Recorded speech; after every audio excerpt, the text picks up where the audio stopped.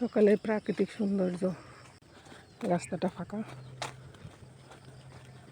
সকালে হাঁটার জন্য খুবই সুন্দর একটা পরিবেশ।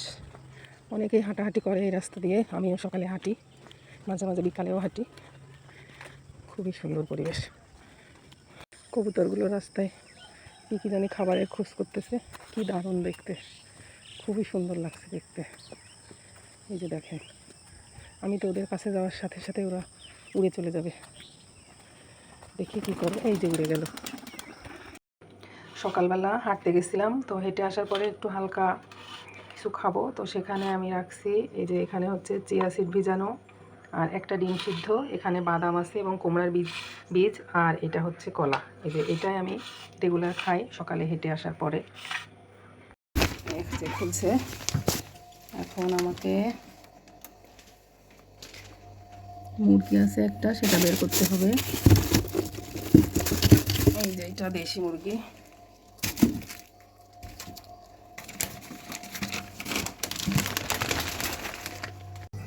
যে মুরগিটা আমি এখন ভিজাই নিচ্ছি।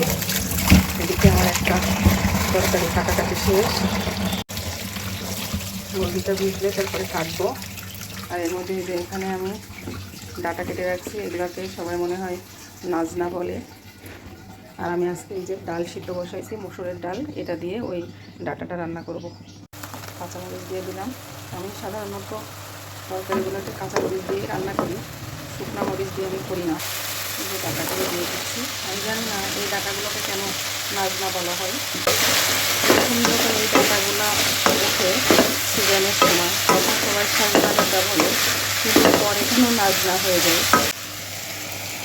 ডালগুলো দিয়ে দিলাম। আমি ডাল, আপনারা কীভাবে এই ডাটাটা রান্না করেন অবশ্যই কমেন্টসে জানাবেন। আমি ডাল দিয়েও রান্না করি, আবার মাছ দিয়েও রান্না করি, তো আমার কাছে কেন জানি ডাল দিয়ে রান্নাটা বেশি ভালো লাগে। আমি এটাতে একটু বাদাম দিয়ে দিব। আমার মুসুর ডাল দিয়ে ডাটা বা নাজনা রান্নাটা শেষ। এখন মুরগিটাকে কেটে নিচ্ছি। এখন দেশি একটু বড় সাইজ যে মুরগিগুলো একটু কাটতে খুবই সাবধানে কাটা লাগে, কারণ এগুলো একটু বেশি শক্ত হয়। তো আমার এই মুরগিটা একটু সাইজে বড় ছিল, একটু শক্তই আছে। মুরগিটা হচ্ছে ডিম মনে হয় পাড়া শেষ হয়ে গেছিলো, আমি এই যে এইটুকু ডিম পাইছি। আমার ভালো লাগে এই যে দেশি মুরগির মধ্যে যে ডিম থাকে এটা।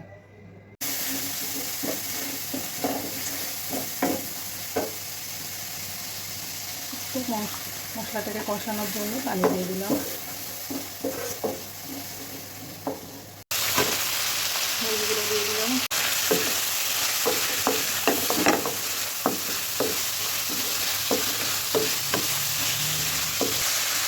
মুরগিটা কষানো হবে, আমি এর মধ্যে একটু আলু কেটে নিব, আলু দিয়ে একটু ঝোল ঝোল করে রান্না করব।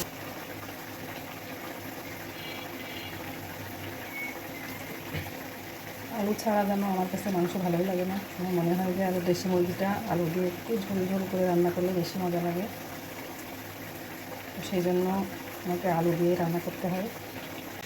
আলু কাটতে গিয়ে যে একটা ভালোবাসায় আলু দিলাম, দেখেন কি সুন্দর হার্ট শেপ আলু। আলু যে এমন হয় এটাই দেখলাম, আপনারাও দেখেন আমার সাথে। আলুগুলো দিয়ে দিলাম, আর এই যে দিলাম 4টা আস্ত রসুন। দেশি মুরগিতে রসুনটা দিলে আলাদা একটা টেস্ট আসে, খাইতে অনেক মজা।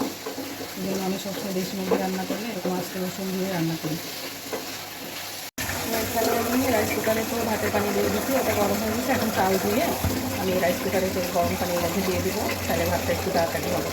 চালটা ধোয়া হয়ে গিয়েছে, এখন আমি চালটা গরম পানির মধ্যে দিয়ে দিব। পানি গরম দিচ্ছি রাইস কুকার। রান্না করার পরে আর কোনো ভিডিও নেওয়া হয়েছিল না, এটা হচ্ছে দুপুরে খাওয়ার পরে। তো এটা হচ্ছে আমার ডাটা দিয়ে যে ডাল, আর এখানে হচ্ছে সেই মুরগির মাংস।